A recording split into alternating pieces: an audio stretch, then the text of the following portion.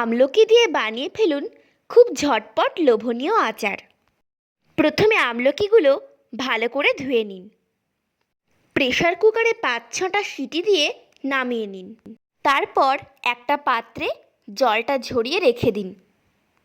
সেদ্ধ করা জলটা কিন্তু ফেলবেন না। সেদ্ধ করা আমলকিগুলো ঠান্ডা হওয়ার পর তা থেকে বীজগুলি ছাড়িয়ে নিন।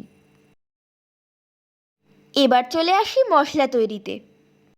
কড়াইটা গরম হয়ে গেলে শুকনো কড়াইতে 1 চামচ করে আস্ত জিরে, আস্ত ধনে, আস্ত মৌরি, কালো সর্ষে, 1/2 চামচ আস্ত মেথি, 5-6টা শুকনো লঙ্কা দিয়ে ভালো করে ভেজে গুঁড়ো করে নিন।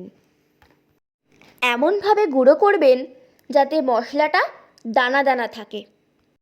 এবারে কড়াইতে সর্ষের তেল গরম করে ফোড়নে দিন 5 ফোড়ন। তারপর আমলকিগুলো দিয়ে দিন। এর মধ্যে হলুদ গুঁড়ো, কাশ্মীরি লঙ্কার গুঁড়ো দিয়ে হালকা করে ভেজে নিন। এরপর একে একে অল্প কাঁচা লঙ্কা বাটা, সাদা লবণ, সামান্য বিট লবণ এবং গোলমরিচ গুঁড়ো দিয়ে নাড়াচাড়া করে নিন। এরপর কড়াইতে আমলকি সিদ্ধ করা জল দিয়ে তাতে গুড় দিয়ে জ্বালিয়ে ভালো করে ফুটিয়ে নিন। তারপর কড়াইতে ভাজা মশলা ও 1 ঢাকনা ভিনিগার মিশিয়ে নিন। তৈরি হয়ে গেল আমলকির টক ঝাল মিষ্টি আচার। এভাবে আমলকির আচার বানালে সারা বছর ভালো থাকবে।